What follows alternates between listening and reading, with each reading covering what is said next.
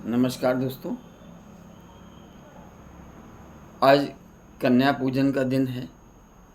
सनातन धर्म के नवरात्रों में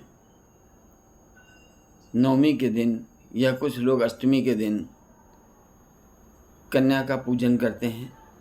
कन्या को देवी रूप में देखते हैं और उनके चरण भी धोते हैं, तिलक लगाते हैं, जिससे जो बन पड़ता है वो सम्मान करता है, शीश झुकाता है और माता रानी का रूप उस कन्या में दिखाई देता है।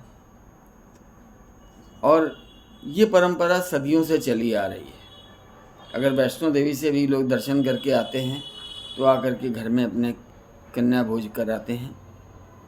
ये बहुत अच्छा विषय है, बहुत अच्छी परंपरा है।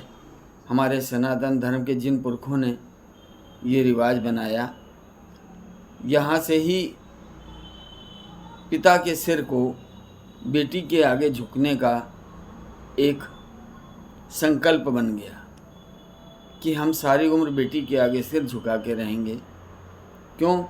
क्योंकि इसने जितने दिन हमारे आंचल में, हमारी गोद में बैठ के प्यार लेना है, उसके बाद ये पराए घर, दूसरे घर में जाएगी और वहाँ जा कर के ये हमारी पगड़ी बचा करके रखेगी, हमारी लाज बचा के रखेगी।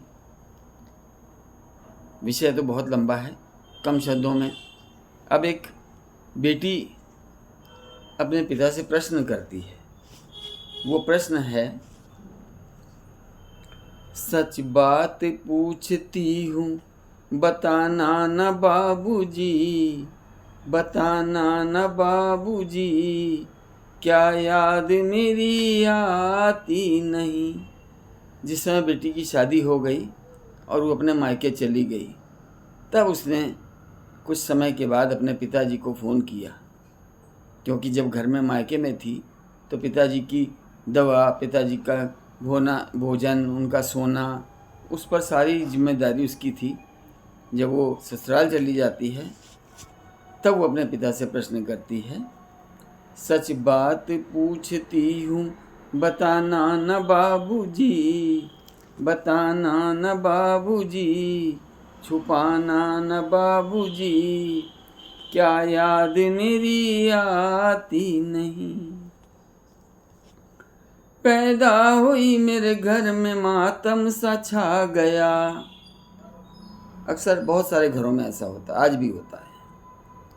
पैदा हुई मेरे घर में मातम सा छा गया, पापा तेरे खुश थे माँ ने बताया था, पापा तेरे खुश थे माता ने बताया था, ले के नाम मुझे प्यार से जताते थे, ले के नाम मुझे प्यार भी जताते मुझे थे, आते भी थे कहीं से तो बुलाते मुझे थे, मैं हूँ नहीं तो किसको बुलाते हो बाबूजी, मैं हूँ नहीं किसको बुलाते हो बाबूजी, रुलाते हो बाबूजी, क्या याद मेरी आती नहीं।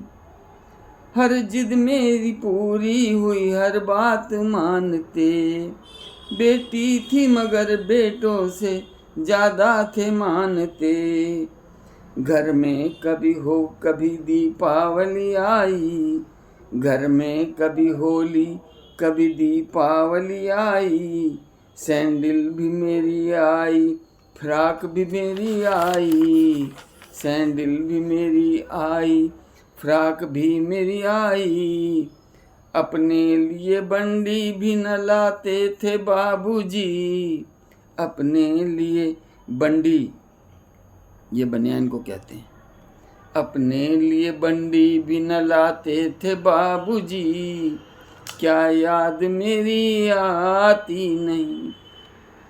क्या कमाते थे, क्या कमाते थे बाबूजी, क्यों कमाते थे और क्या कमाते थे, क्या याद मेरी आती नहीं। क्या कमाते थे मतलब उस समय आमदनी बड़ी कम थी।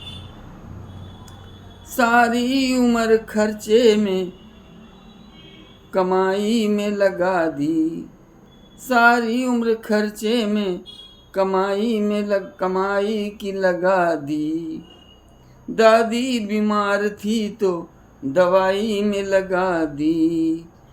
पढ़ने लगे हम सब तो पढ़ाई में लगा दी। बाकी बचा वो मेरी सगाई में लगा दी। बाकी जो बचा वो मेरी विदाई में लगा दी। अब किसके लिए कमाते हो बाबूजी, कमाते हो बाबूजी, कुछ बचाते हो बाबूजी, क्या याद मेरी आती नहीं। बाप अपने जीवन की एक एक पाई जोड़कर बेटी का मंडप खड़ा करता है और वो शादी की रात आती है। ये रात आंसुओं से भीगी हुई होती है।